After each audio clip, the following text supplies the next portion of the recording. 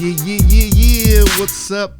It is the 12 Rounds podcast, and today our special guest is Axiom The Wyze. What's up? What is cracking, digging it dog?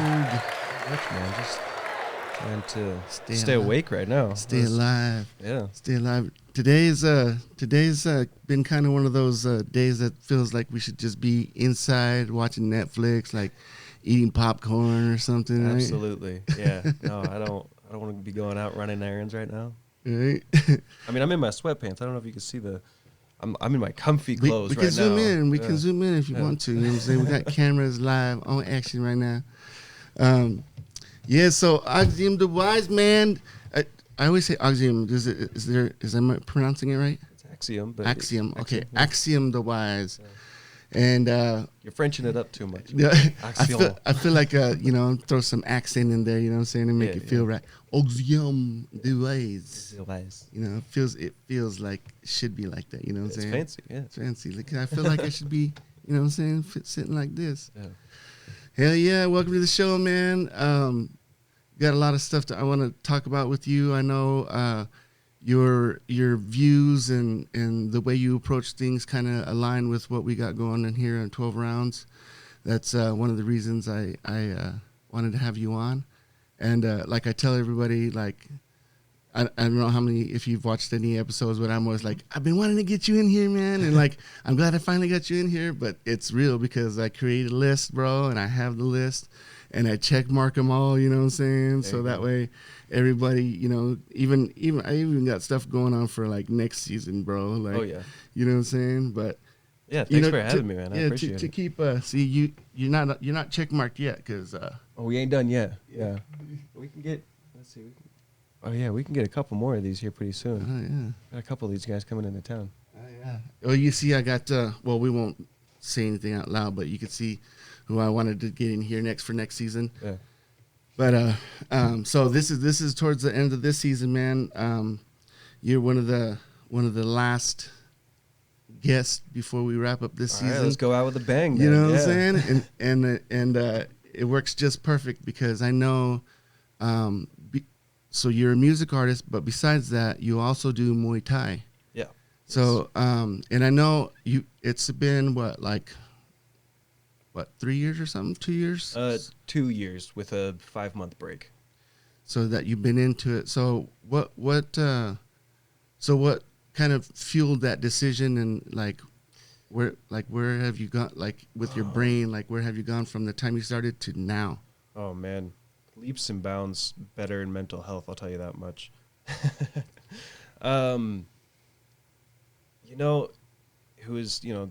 Everything that was going on in 2020, we were pretty active at protests, and the world was getting crazy, you know? And I realized, I was like, I don't have confidence in my ability to defend myself, much less my family, and I want to pick up a martial arts style. Mm-hmm.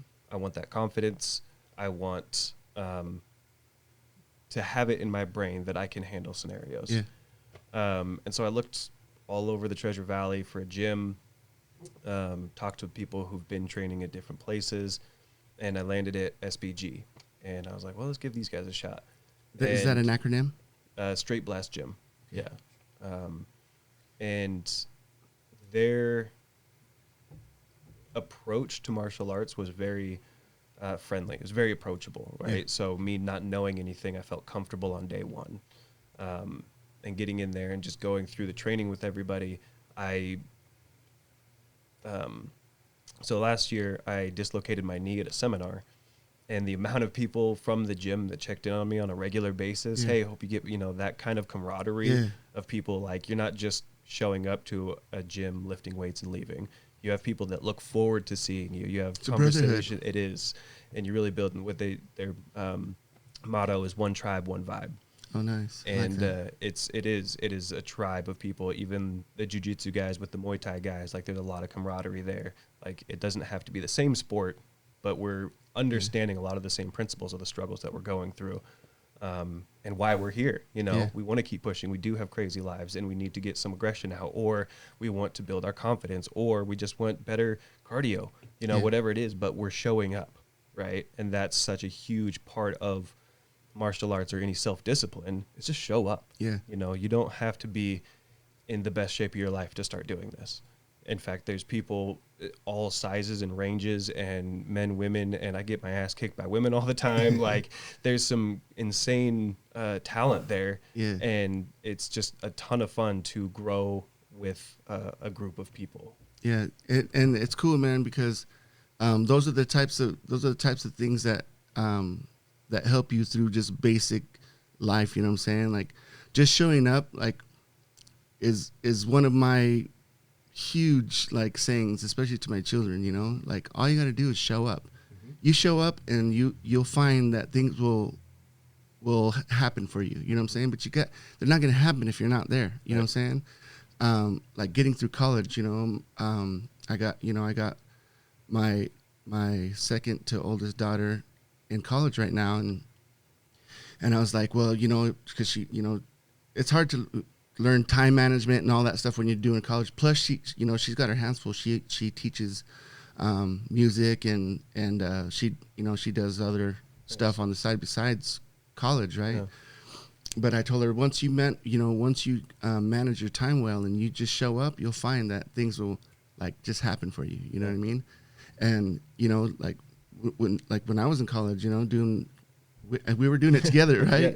We were doing our graphic design thing, and I found that sometimes I would be just, like, overwhelmed with stuff, man. But I would just be there, right? And, like, then the professors were like, "Okay, check this out. Do this, do this, do this, do this," and basically, they weren't, like, giving us the answers, but they were giving us a way to, like, win. Yeah. You know what I'm saying? Just because we were there, because people would. Here's the curriculum, but if you show up, right? Here's the shortcuts. Yeah. Here's and I don't mean shortcuts as in, like, life shortcuts. I mean, like, keyboard shortcuts, right? That here's another way to do that's easier. Here's the way that I've adopted it, and here's a different style of doing it. Exactly. You're not going to get that extra information that's going to help you internalize it unless you're there. Right. And that's huge, man. So I like that too, that, you know, that you've learned that through martial arts, because martial arts is also a big kind of pillar in my growing up and the way I understand things. My uncle is Senior Grandmaster Paz from Kaj Kembo, and you know, he was the hardest on us because we were his nephews, you know. Right. So, like, and I was a jokester, dude, you know, so I was always doing push-ups, bro. But yeah, I mean, it teaches you discipline. And if it wasn't for those things, you know what I'm saying, that I learned in martial arts when I was younger, and in boxing and in MMA, you know, learning jiu-jitsu, I trained under Rickson Gracie when I did jiu-jitsu, and I trained with Pedro Sauer out in Salt Lake, nice. Who is Rickson's, like, homie, you know. Okay. They grew up together in Brazil, but just learning those you know, those little tips and tricks about disciplining yourself, man, was huge, man. Yeah, and I think I want to get my kids into it. I think even just with fitness in general, I think it's important to get the blood flowing. It helps with all other aspects of life. It just helps with energy. It helps with whatever else you're trying to get done in life. But with martial arts specifically, it's signing up for struggle. You're signing up for someone physically opposing your body, right? And so you are constantly battling with another person, another individual, or you're even battling with yourself on the bag. You're doing bag work, and so you want to get that cardio up, and you want to impress somebody. You want to push yourself further. And when you go into a typical gym, unless you have a personal trainer or like really good fitness goals and you are super self-determined to get there on your own, most of the people don't have that. And if you go to a gym where other people you got a coach walking behind you saying, got it, you got it, you know, like, that goes so much farther. The encouragement, it does. And you apply those things to life, and then you find yourself encouraging others outside of that. You got this, you can do this. And that mentality, that just positive mentality, pushing through hard times, pushing through depression, pushing through, you know, all sorts of personal struggles that you have is so beneficial. It's incredible. Yeah, and the tools to do that are huge, and like, some people don't get that opportunity, and that's why I feel like you know, the premise of the 12 Rounds podcast is that, so people can maybe listen in and take something away from this. Maybe I say I'm not the probably best person to give advice for life advice, but maybe something I say will resonate with somebody, you know what I mean? Because, I mean, sometimes we all feel alone, you know what I mean? And there's nothing else. So, like, you know, if you have a coach or, you know, something like that, that's why it's, you know, really cool to see, like, kids get into it that are, like, you know, like, going down the wrong path or whatever, and then see them succeed, like, them learning what it means to have a goal and stuff like that in life. But and then the coaches and too pursue it, right? And my daughter's in gymnastics now, and this an amazing life lesson that she got to experience at a young age that I can watch it's a reference point that we use for overcoming things now. Yeah. And it was her trying to do the splits. Oh, nice. She couldn't do them, and she was really close. Did she have to? Was she doing the machine? Nope. Oh, no, she was just stretching. Just stretch. Yeah, she was like 6 years old, 5 years old, in the living room, just stretching out. Every day she kept doing it, and then eventually she could do it. Yeah. And now she's in gymnastics, and these girls are doing backflips and crazy things. I could never do that. And I'm like, remember when you couldn't do the splits? Oh, you're right. I just have to keep practicing. Yeah. So now it's a reference point for overcoming hurdles with practice and showing up. That's right. Awesome. And I was like, if I could teach that to everybody of any age, right? Because that's the other thing the reason why I almost didn't start is because I'm in my 30s. If you don't have any martial arts experience, for anybody listening, you can still go. You can still start now. You don't have to wait. You can't sit there and go, oh, I should have started sooner. I'm not in the right place anymore. My body's not this, that. No, you can do it. You can show up. Yeah. At any point in life, you can pick a new hobby and dive into it and take those lessons with you. Right. Yeah, it's never too late, man. Never too late. And like you see, I mean, there's people all over the internet, man. You see people like in their 70s or whatever, or that one lady that was on America's Got Talent. She was like a ballroom dancer. She was like, I think she was like almost 80 or something, and she was still getting swung around like by the arms. You know what I'm saying? You're thinking at some point like she's gonna dislocate. Yeah, you know, hip's gonna go out. You know what I'm saying? She's gonna go from ballroom dancing to hip hop. You know what I'm saying? But yeah, you know, and it just goes to show like we're resilient beings. You know what I'm saying? And we can come back or start from anywhere and be anything we want to be. You know. Yep. And that's cool that, you know, that you're learning that from martial arts, because that's where I learned it too, you know. Yeah. Well, along with, you know, all the other disciplines, but martial arts is a big one because it touches with your like your inner self, you know what I'm saying, with your soul or whatever, you know. Yeah. But so have you got to fight yet? Or are you just sparring? Did a lot of sparring. I did an exhibition fight. I don't think I'm going to do any more than exhibition fights. Yeah. I did it, and it was fun to train for it and prepare for it and get in the ring in front of a crowd and experience that whole thing. And it was amazing. Then shortly thereafter, I hurt my knee. And after I dislocated it, I took 5 months off, got back into the gym in January. And they had another exhibition fight coming up, and they're like, you want it? And I'm like, no, I don't right now. Like, that's not on my agenda. I just want to get back to where I was 5 months ago.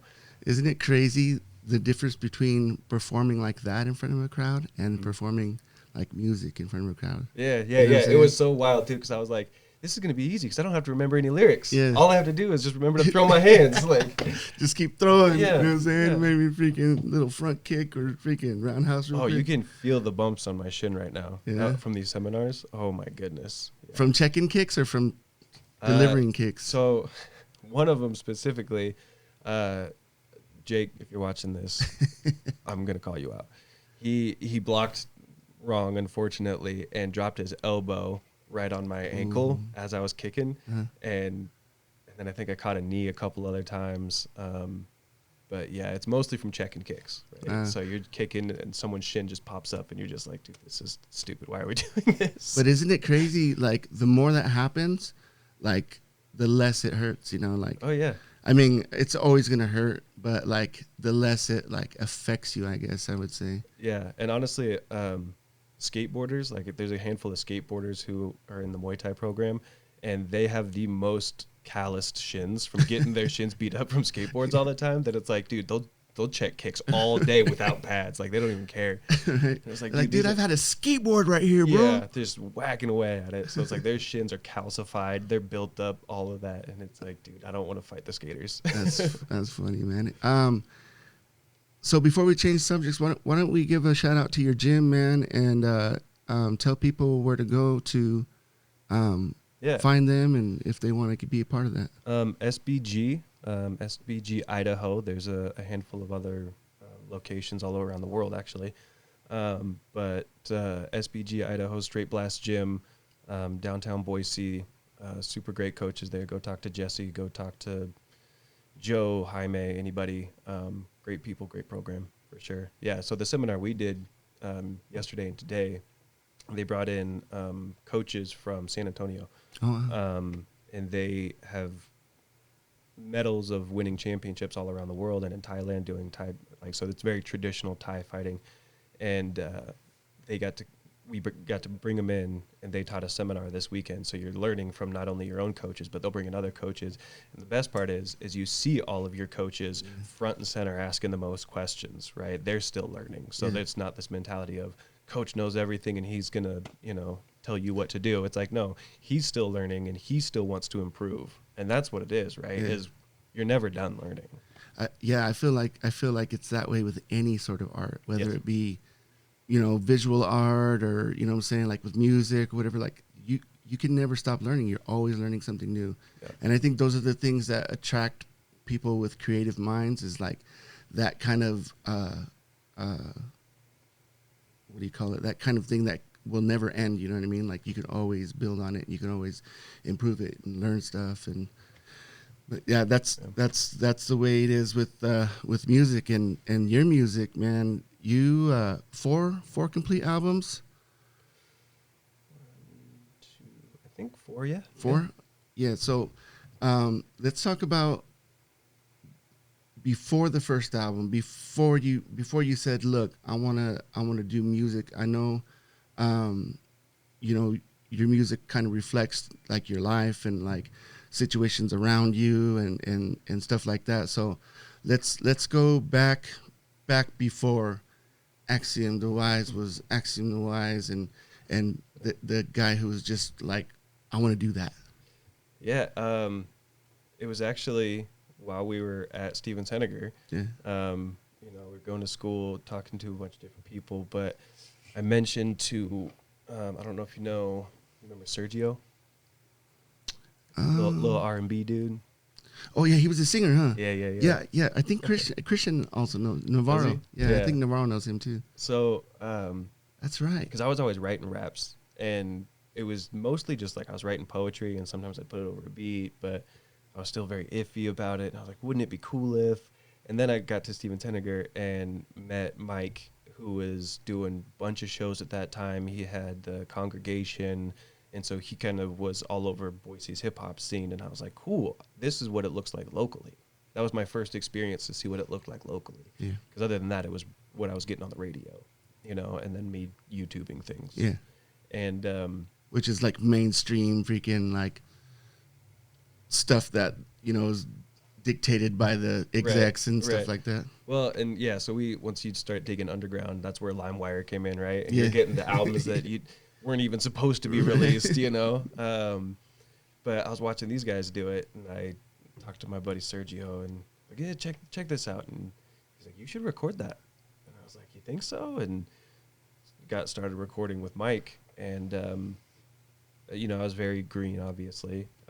This was 2009, 2010, somewhere around there. Mm-hmm. And the first time I had actually touched the mic in front of a crowd was at a snowboard premiere down in Salt Lake. Uh-huh. And we used to go to follow a couple of these brands and watch all their premieres because it was just a big party and they were doing all the giveaways and things like that. And we're big snowboarders. And that was another huge reason why I wanted to make the type of music that I was making, is because we were always, when we were snowboarding, sharing playlists and things like that. Yeah. And people kept liking my playlist. So they'd give me their iPods, right, and make me a playlist. And so then I started recording my own music and like sneaking it on there. Nice. And they're like, "What's this?" I was like, "Oh, that's me. Don't worry about it." Yeah. Don't worry about it. Yeah, if you like it, cool. If you don't, then skip, whatever. Yeah. You could press. But like when you're trying to get amped up on the mountain, you're like, "Oh, I need that one song that's gonna like pump me up." That's the type of music I wanted to make. But no, we were at the snowboard premiere, and the guy who's running the show, he's also a DJ, and he's like, "Hey, we're gonna have a freestyle competition for this snowboard." And my buddy Mace, who was with me, was like, "Do it, yeah." I was like, "I can't freestyle." Like, he's like, "Just spit something that you wrote." And I was like, "All right, fine." So I grabbed the mic, and I did. I spit something that I wrote, and it's the first time ever rapping in front of people. And the crowd went nuts. They're like, "Oh, wow, that was great." And I was like, "Yeah." And I was like, "This is nice." And the DJ was like, "That wasn't off the top, but it was dope. But you are disqualified." And I was like, "That's cool." I still like those huge brownie points for me or whatever. And I loved it. And I loved that feeling of controlling a crowd and talking to people and getting the reactions, you know. That's why I said, like, it's like addiction, like right away, you know what I'm saying? Not only being able to like share your craft with people, but for them to enjoy it like they do. Yeah. It's such a rewarding thing, you know, especially for the time that you put into your work, you know. So that's cool, man. Well, it was funny too, because that from there I was like, "Oh man, a rap career is gonna be easy," you know. I do this all day. Yeah, I was wrong as hell. Put me on any mountain. Yeah. Oh man, it's a struggle to get those moments and the time of work that you have to put in and sacrifice and get to the venue and the rehearsals and make sure everything's set up, you know, everything that goes in for like a 15-minute set. Yeah. Right. Yeah. You're like, dude, I've been chasing it ever since. Especially when you get into the bigger sets, man, when you start doing like 30 minutes, 45 minutes or whatever, you know, those are the ones that like, what do I do? Like, how can I entertain the crowd for that long, you know? But you got to bring in special tricks at that point. Like, all right, bring in another dynamic. We're gonna have this guest. We're gonna bring in a drummer. We're gonna, you got to do something else to make it entertaining. Like, and each time it's got to be, you feel like it's got to be bigger and bigger. But something a little bit different. And, So your first album, let's talk about like everything that went into that one, because I know with my first album, when I did music, it was such a like I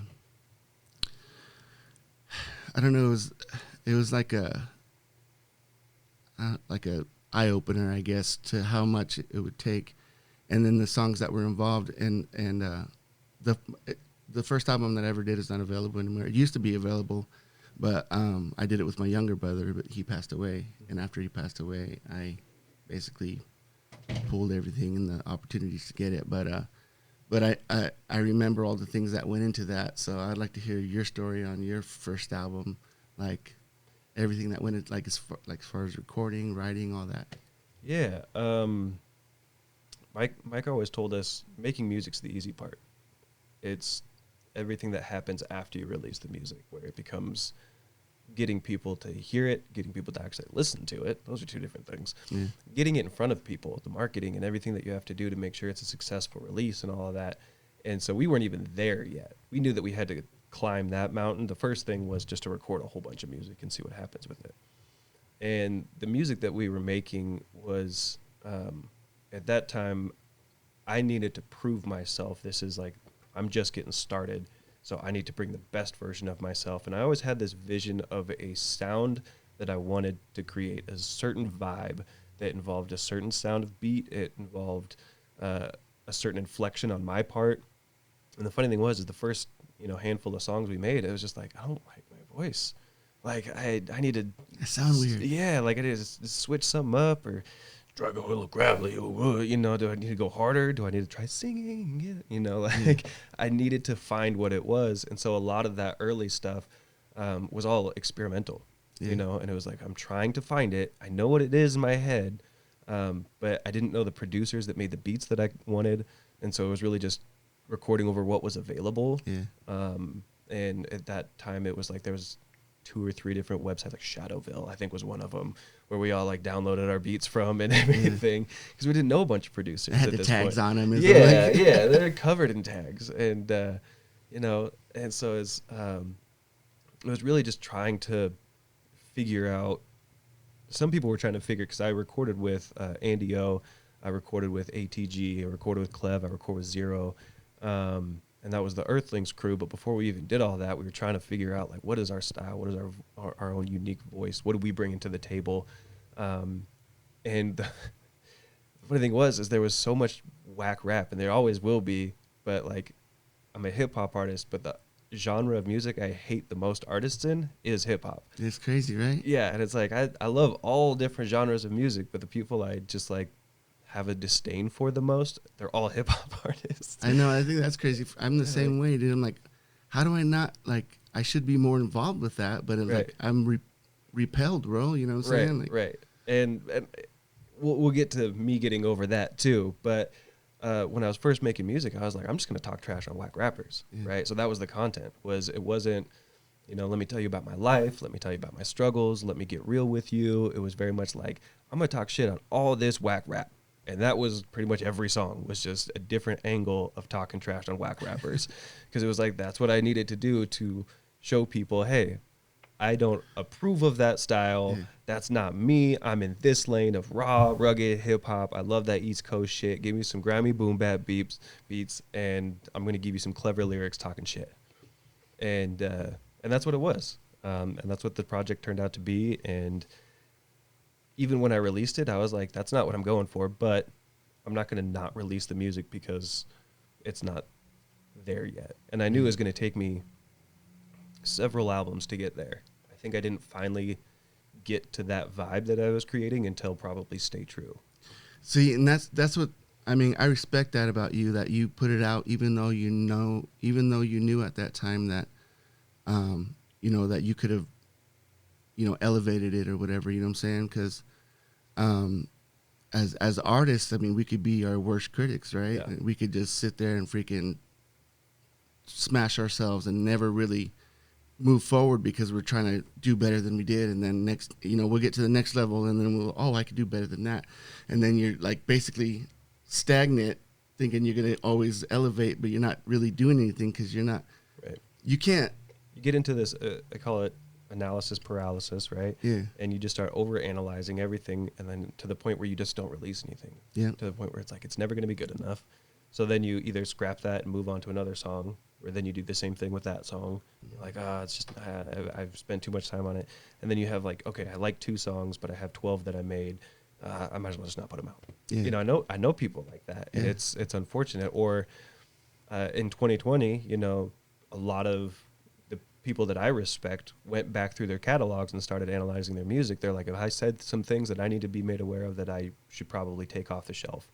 And so one of my buddies, he had a line in there. I'm not going to say who it was. I'm not going to say the line, but he felt like it was, if it was taken the wrong way, it could be seen as very offensive and maybe even homophobic. Yeah. And so they decided not to release the whole album because of one line in the song. Oh, wow. And it was like, the album was amazing. That line was, in my opinion, hysterical. And I didn't catch those tones, but again, maybe I'm not the right person to judge if that was right or wrong. And I was really bummed out about it, but it's like when you overanalyze to the point of, I don't want to hurt this person's feelings, I don't want to do this. At the end of the day, if you're proud of the work that you made, do it, put it out, you know, and you can always do better, right? Yeah. Every album I put out, and I start finding like, there's 5 things I regret about that song, you know, but I'm not going to run up and tell, and this is something that Zero's really helped me out with too, is when I get off the stage after performing, people, I loved your set. I'd be like, yeah, I fucked up. And like, I'd get all down on myself because I messed up a line or something like that. And Zero's like, you need to stop doing that because you're bumming out the fans. Because people were just excited to see you and they're trying to give you a compliment. And you're over here telling them that, don't give me a compliment, I'm whack. You know, they had a good time and you're trying to take it away from them. Yeah. And I was like, you're right. So when people give you compliments, I just didn't know how to take them at the time. But it's the same thing when you release music, is like, there's all these things wrong with it. But it's like, there's certain songs that when you release them and someone says, listen to that one song, that line you had really helped me out. Or, wow, that really opened my eyes. Yeah. It was just like, man, regardless of my opinions, I got it to the best I could get it. Not perfect, but it's the best I can do. Put it out, and whatever happens on the other side, that's what happens. Yeah. I mean, yeah, because basically, I mean, because, you know, music, or any art is subjective, you know what I'm saying? So, like, you're going to have people that are not going to like it, you know what I'm saying? And you're going to have people that are going to love it, you know what I'm saying? And there'll be people that are, you know, in between about it, you know? So it's really, to me, I feel like putting out the things that even that you're not completely in love with, you know, putting them out to be a marker in your life, you know what I'm saying? Mm-hmm. Releasing those things to be a marker in your life, so you have something to reference, you know? Mm-hmm. Like I had, like back in the day, shoot, dude, freaking some of my first stuff was straight up, dude, like freaking, I went to the mall, I had a ball, you know what I'm saying? Like, yeah. You know what I'm saying? Like, just freaking simple, you know, type of raps, but like, those are the things that I can look back on and like, look now, you know, I'm more articulate, you know, and now I do this, you know, or whatever it was, you know what I'm saying, to elevate myself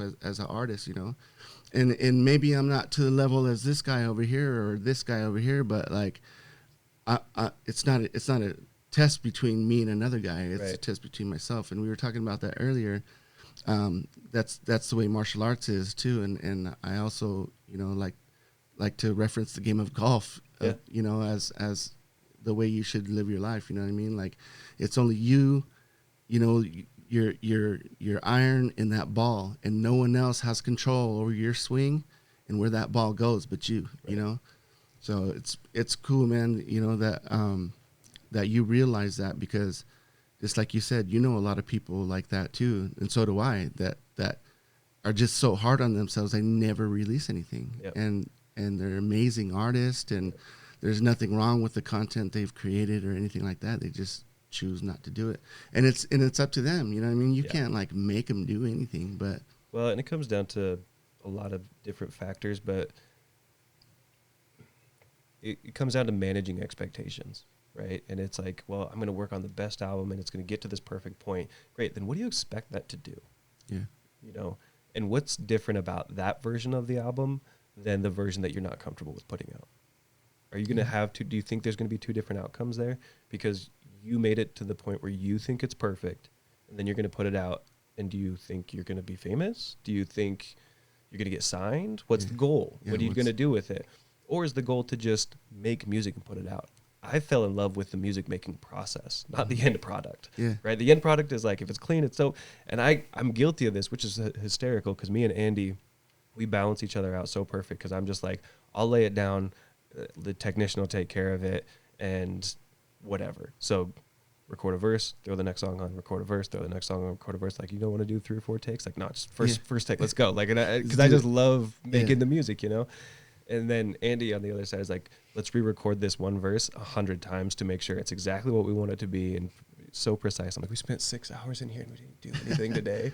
I need a sandwich. Well, but we balance each other out in that, the fact that like he slows me down and I speed him up, right? And so we get to this fine balance of making good music together, and it's great. And he hears the things that I don't hear, where I would have let that slide. And he's like, that's not even a real word. I'm like, yeah, but I need something to rhyme. And that's crazy, because I remember U2. I remember U2 as Earthlings. Like, anytime I thought of Earthlings, it was Axiom and India. You know what I'm saying? So like, you guys were like the, you know, I didn't know that it was a bigger crew of Earthlings. You know what I'm saying? Yeah. Until like later on, but what's he up to nowadays?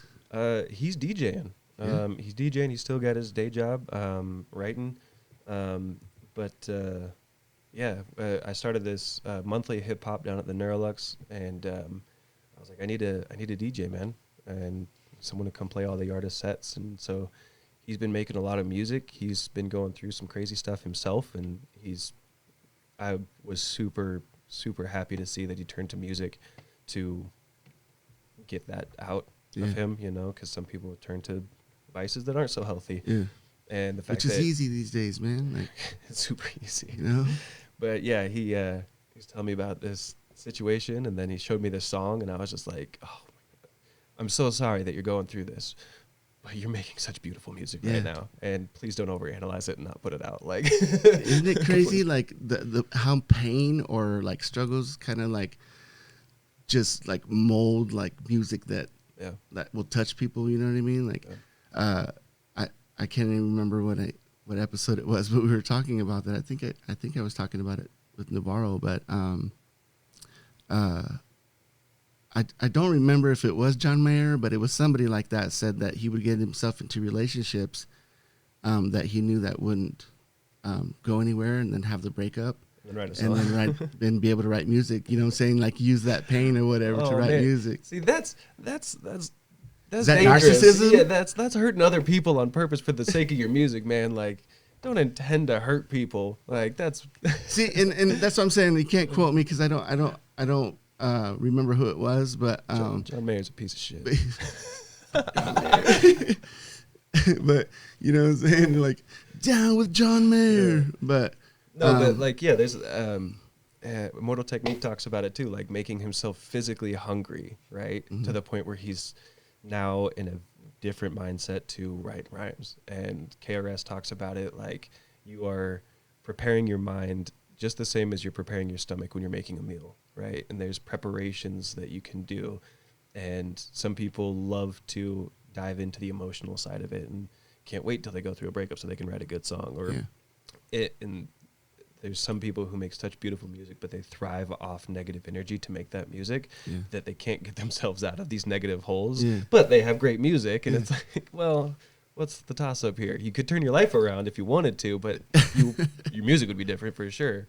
What's crazy, dude, is like, you know, because I've gone through some crap in my life too, but I've never been able to use those types of parts in my life to make music.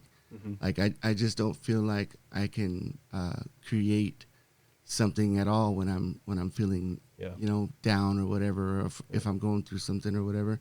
Like it just doesn't appeal to me for some reason. I was very much the same way. So the first few albums don't have a ton of very serious content on it, whereas in me and Zero, we've been brothers for 11 years now, making music together. And every single one of his songs is serious, right? And so you hang out with someone that long, you're going to absorb a lot of their energy. And he's got me to, like, he's like, hey, I'm making a song about suicide. Will you be on it with me? And I'm like, I'm not suicidal right now. Like, I don't know if I want to get down on that. And he's like, but you can talk about what if you were saving a friend who was suicidal? What would you do? And I'm like, oh, I could talk about that, you know? And thinking about that. And then all of a sudden you start writing it down and things start popping up in your head and you're like, oh man, maybe I was burying that. Didn't realize that was such an emotional trigger for me, you know? But what helped me a lot is I recently made a song because when I dislocated my knee last year, shortly thereafter that I lost my job and I got into a pretty low depression because it was like, I can't move, I can't work, I can't do anything around the house to help the wife and kids. I'm worthless, you know? And I had that very worthless feeling for a long time. And read this book called In 59 Seconds. And they give you a lot of writing prompts, daily writing prompts. And it's a lot of just writing down what you're grateful for. And sometimes I'd start writing down what I'm grateful for to turn into something I'm very angry about and all my emotions and this and that. But it wasn't music. It's just journaling at that point.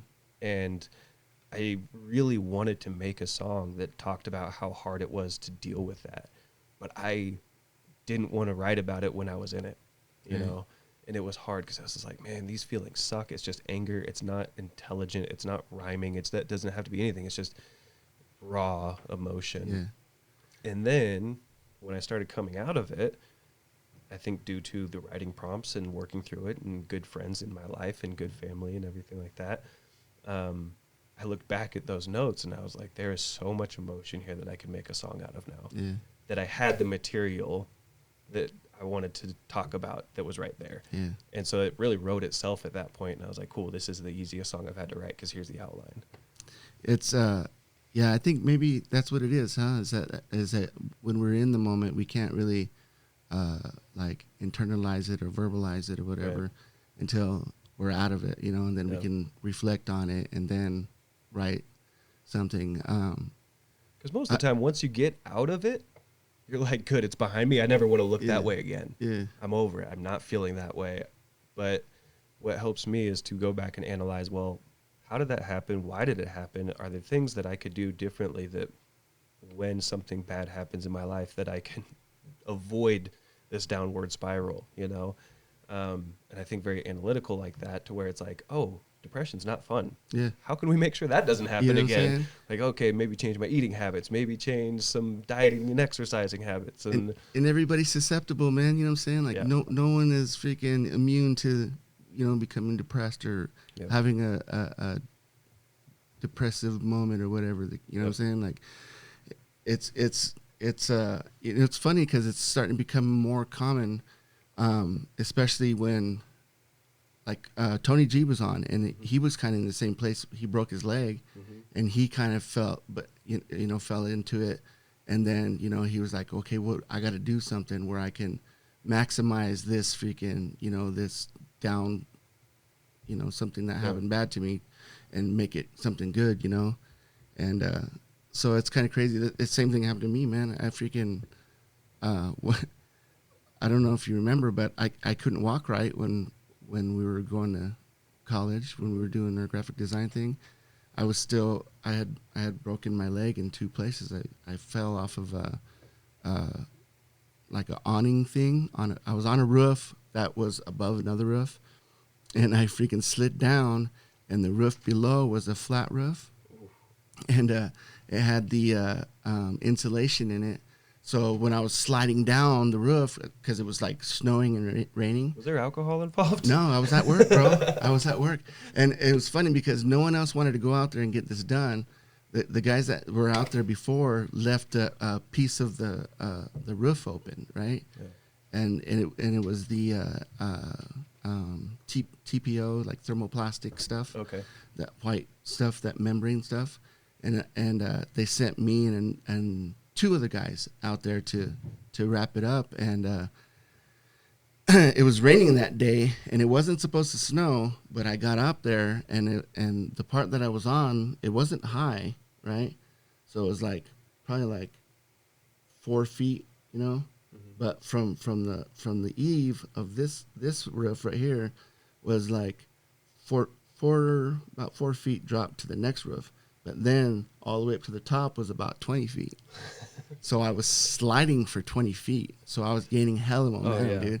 So in my brain... Especially on a wet roof. It's a slip and slide at that point. Yeah. No, for real. And that stuff, it's literally, because it's like vinyl, you know what I'm saying? It's like a sled, you know?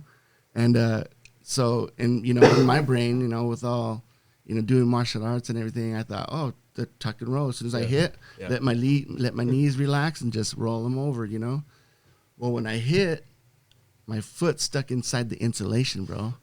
It went in, and then I did the tuck and roll. And my foot said later. You know what I'm saying? Oh man! It just like I had some boots on, and I lifted my leg, and you could see like the freaking my leg was like crooked, bro. Ooh. It wasn't a compound fracture, but it was like what had happened. I don't know if it like snapped ligaments in there or whatever, but like it just created this big old ball, just right in my. That's right. My tibia and my fibula, or fibia and tibula, or whatever. Yeah. Is that what they're called? Yeah. I'm bad at geometry. But yeah, dude, and homeboy that was with me, he was a weekend warrior. He did, you know, he was in the military, and he saw my leg, and he's like, "Oh man, I did not need to see that, bro." And dude, I had to straight up freaking Lieutenant Dan it, dude, freaking, because I had to climb down the ladder and just all upper body, bro, freaking climbing myself down the ladder with no leg, freaking going for it. But brutal.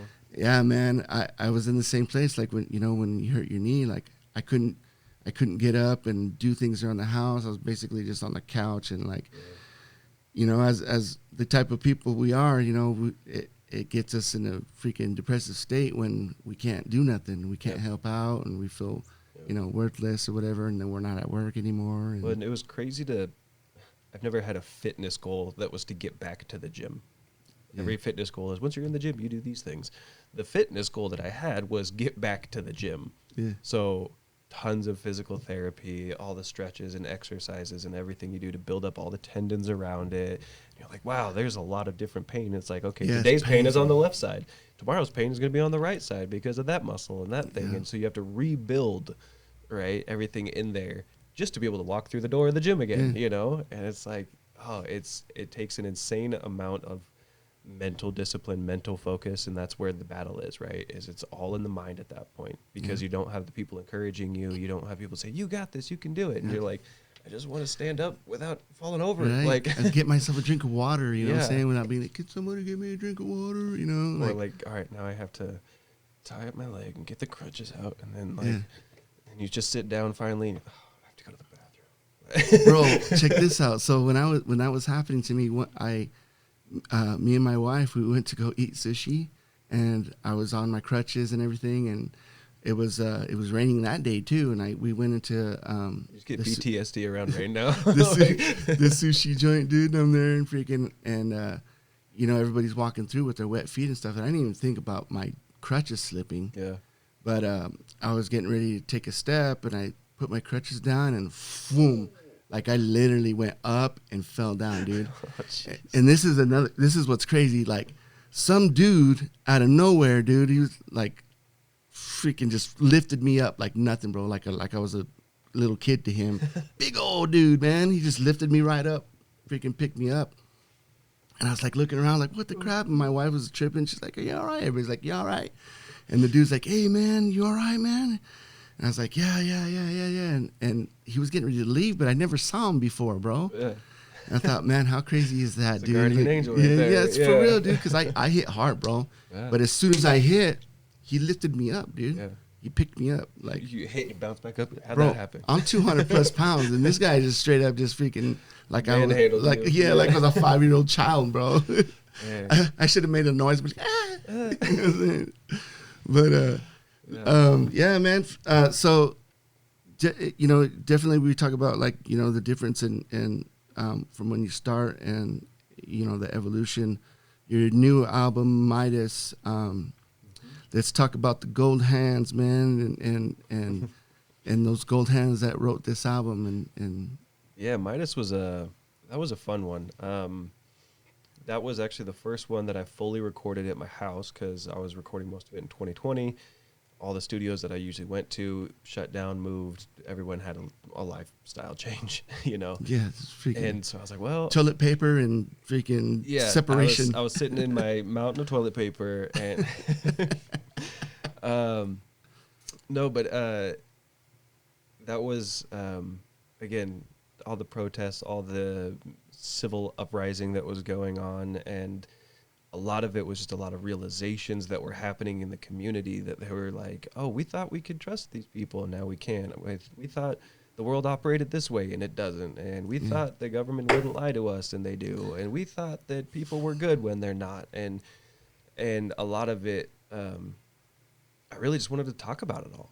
Yeah. And I was like, mostly, because there is the album, the title track to the album, Midas, is very raise your fists, get up and do something about it, fight back type song.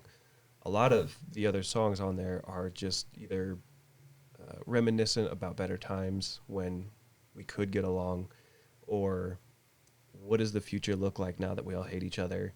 Where's that go?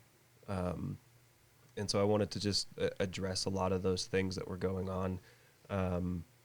And because we were all in our own bubbles, I was able to create that space in my house that gave me a good energy to properly articulate the things that I wanted to say. And so there's a bunch of different versions of songs that exist, but the ones that made it on the album are ones that they took the right angle with the right beat, you know? Yeah.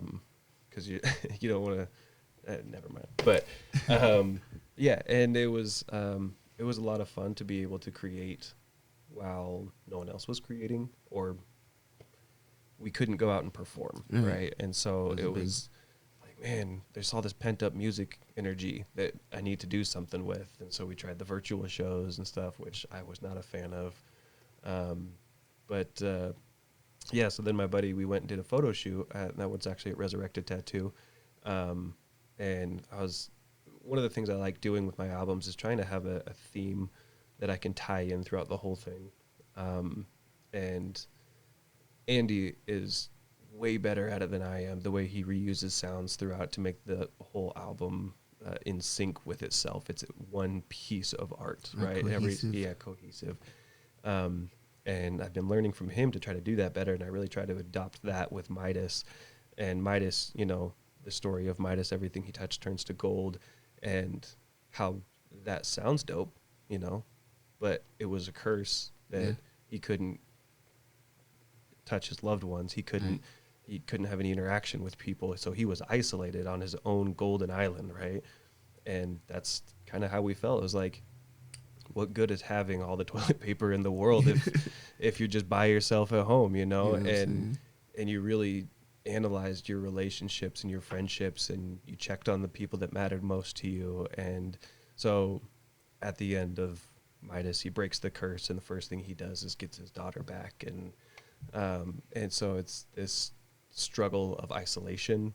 Even when you have all the Netflix in the world, you can still go mad, right? Just sitting at home by yourself on your own golden throne. So I spray painted the hands gold. We did a lot of photo shoots for it. We did a video shoot for it where I did it again. And it became harder and harder to wash off. And I was like, I don't think this is good for my skin. So I was like, all right, no more gold hand. I think I'm getting sick. Like, can we just superimpose that special effects? Yeah. But shout out to Chris Crawford. He shot the video. He shot the album cover. He's done a lot of photography for me over the years. Fantastic photographer. Awesome, man. That was such a crazy time. The whole freaking Corona thing, man. Like if there was ever a time that you could reflect, bro, that was the time, man. Yep. You know what I'm saying? So it's cool that you took that opportunity to make your album based on that, and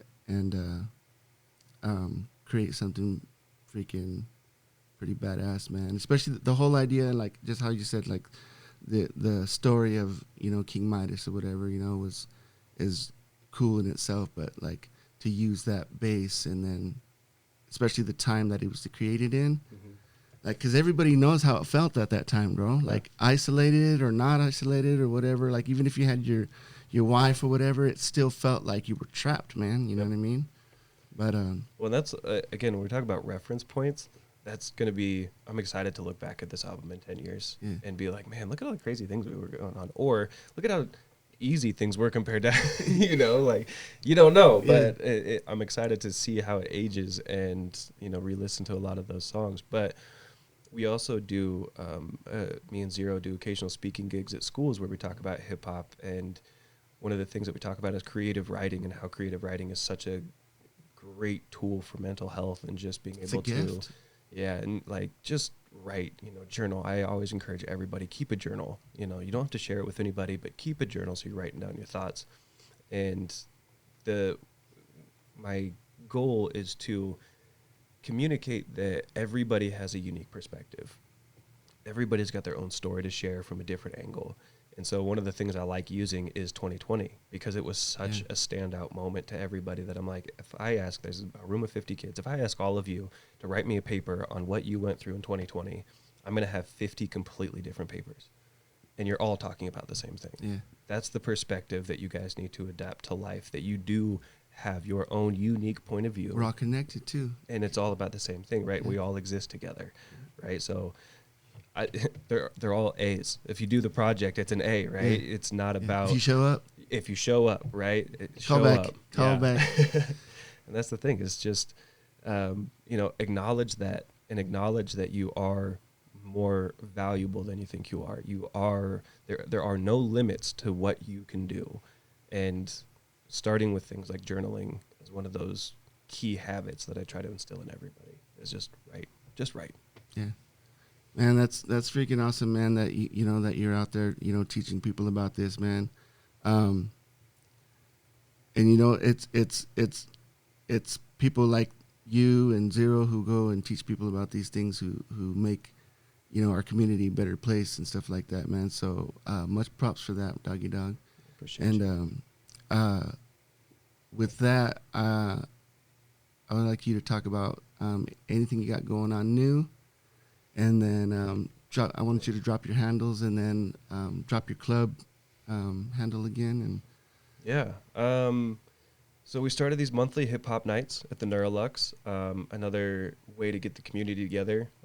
I went to Tony G's show last night, and one of the things I like doing is I go to all these different hip-hop shows because there's a lot of different cliques going on in the city. So I'm going to go to their clique, and I'm going to pull some talent from there. I'm going to go to this clique and pull some talent from there, and then throw them all on one stage for a night, right? That's awesome. And so it's a really community-based hip-hop night where I'm trying to bring out, the magazines and photographers and modern music, the new vinyl shop, not new, newer vinyl shop up off of Vista, just getting people who enjoy hip-hop, right? You're not coming down for one specific artist. You're coming down to have a good time and network with other people in the hip-hop community. Creating a meeting place. Creating a space, and that's what it is. So that's a monthly event at the Neurolux. The next one is April 15th. We bring out a guest headliner every month, and that month we will have Def I from New Mexico. He represents indigenous cultures, and he's one of the best rappers I've ever seen. Nice. I got to meet him a handful of times on different tours, and we reconnected at a festival out in California. Shout out to Thought Fest in 60 East. But yeah, he's doing a very similar thing with that festival, and I'm actually copying. So another thing that we're doing is throwing an annual hip hop festival, and he's doing exactly what I want to do. And so I was fortunate enough to go down and meet him. He let me shadow him for the day and watch him run the festival. So I got to just be like, oh, how does this work? Oh, like, how stressed are you right now? Having to, this artist, that artist, you got to coordinate everything. Like, I'm always very interested in the behind the scenes of things. So, but yeah, we're starting an annual hip hop festival in Boise called Rhyme Wave. So we did our first one last year with Greaves and Dizzy Wright headlined. Nice. It was a ton of fun. We had a rap battle for the after party that was super dope. So there'll be more info about that soon. We got Tree Fork coming up next. Yeah, just staying active and making music right now. You can find all my stuff at axiomhiphop.com, AXIOM, hiphop.com. It's Axiom, not like MAGZ says it. Axiom. Axiom. It's my accent, bro. Yeah, you French it up a bit. It's all right. Yeah, shout out to SBG. They got sick Muay Thai merch, but you can't rock the merch unless you play the game. So show up. Yeah, you gotta throw a kick and show up, man. Yeah. All right, this has been the 12 Round Podcast. Thank you to my special guest, Axiom The Wyze. Thank you, The sir. Wyze, sorry. The Wyze. Axiom The Wyze. One more time, from your mind. This has been the 12 Round Podcast. Till next time, yo.